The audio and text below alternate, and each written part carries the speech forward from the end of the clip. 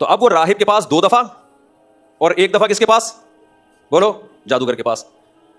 تو اس نوجوان کو راہب کی باتیں زیادہ اٹریکٹ کرنے لگی کہ یار اس کی باتوں میں توحید ہے، نماز ہے، روزہ ہے، صلہ رحمی ہے، اوٹ پٹانگ پھینکتا نہیں ہے، لمبی لمبی ہے، لاجک کی بات کرتا ہے. اور یہ جو جادوگر ہے یہ لالچی بھی ہوتے ہیں، جھوٹے بھی ہوتے ہیں، کذاب بھی ہوتے ہیں، اور بہت ساری فحش حرکتوں میں بھی مبتلا ہوتے ہیں.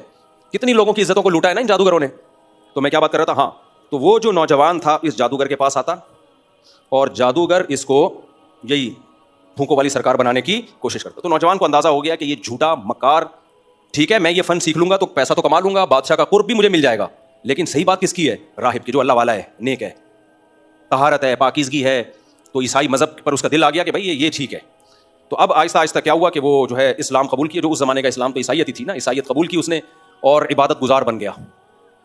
اب جب عبادت گزار بنا تو اس کے ہاتھ پہ کرامتیں ظاہر ہونا شروع ہو گئی. یہاں جہلم کو بہت غصہ آئے گا کہ ایسا ہوا کیوں، لیکن یہ حدیث سے ثابت ہے، صحیح حدیث سے. میں کہتا ہوں اس زمانے کے بزرگ جو عیسائی تھے، نوجوان جو حضرت عیسیٰ کے امتی تھے، عیسیٰ ابن مریم کا امتی نیک بنے، اس کے ہاتھ پہ کرامت ظاہر ہو سکتی ہے. اور اس امت محمد صلی اللہ علیہ وسلم کا امتی نیک بنے اور نوجوان نہ ہو بلکہ بوڑھا ہو جائے اسی نیکی میں، اس کے ہاتھ پہ کرامت اگر ظاہر ہو تو آپ کہتے ہیں کہانیاں سناتے ہیں، بابوں کے قصے سناتے ہیں، شرک پھیلاتے ہیں.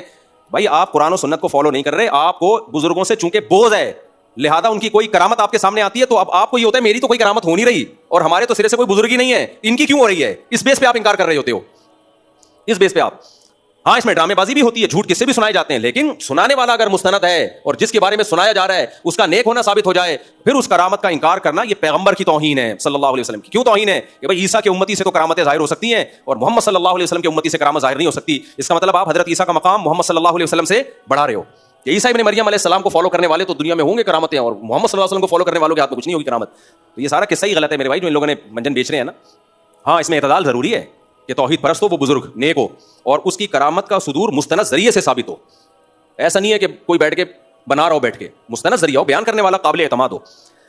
تو اب اس نوجوان کے ہاتھ پہ صحیح حدیث کے مطابق کرامتیں ظاہر ہونا بولو شروع. کیا کرامتیں ہو رہی ہیں؟ وہ شخص جو پیدائشی گنجا ہو اس کے سر پہ ہاتھ رکھے، بال نکل آئے. دیکھو جب بھی علمی پوائنٹ بیچ میں آتے ہیں نا تو میں بیان کرتا ہوں، میں چھوڑتا نہیں اس کو. سبھی ایک ایک واقعے میں مجھے کئی ہفتے نکل جاتے ہیں بیان کرنے میں. اس سے پتہ چلتا ہے ٹنڈ یہ آزمائش ہے، بال اللہ کی نعمت. کیا خیال ہے؟ آج بعض جگہوں پہ ٹنڈ کو نعمت سمجھا گیا ہے، بعض خانقاہوں میں ہر وقت ٹنڈ کرا کے رکھتے ہیں اور اس کو ثواب بھی سمجھتے ہیں. اصلاح کی نیت سے کسی حد تک تو ٹھیک ہے یہ، تاکہ شو بازیوں کا عنصر نہ آئے، لیکن یہ ہمیشہ کے لیے اس کو معمول بنا لینا یہ ٹھیک نہیں ہے. نبی نے صرف حج عمرے کے موقع پہ حلق کرایا ہے اور وہاں بھی شریعت نے اجازت دی ہے کہ قصر بھی کر سکتے ہو اگرچہ کم فضیلت ہے.